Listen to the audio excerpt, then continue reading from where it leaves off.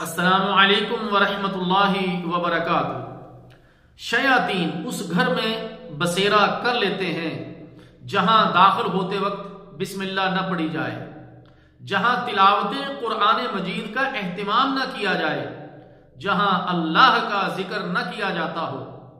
جہاں نوافل کا اہتمام بالکل نہ کیا جاتا ہو، جہاں کھانا کھاتے وقت بسم اللہ نہ پڑھی جائے،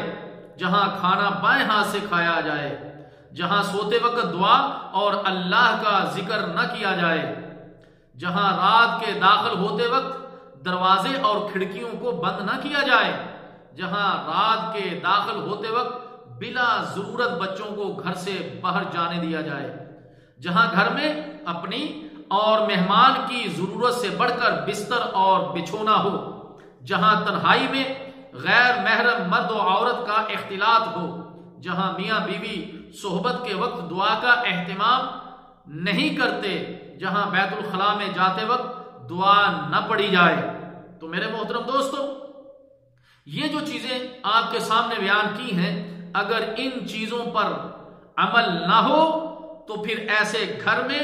شیاطین بسیرا ڈال لیتے ہیں۔ اللہ تعالیٰ جل شانہ سے دعا ہے کہ اللہ تعالیٰ ہمیں قرآن و سنت پر عمل پیرا ہونے کی توفیق عطا فرمائے۔ والسلام علیکم ورحمۃ اللہ وبرکاتہ۔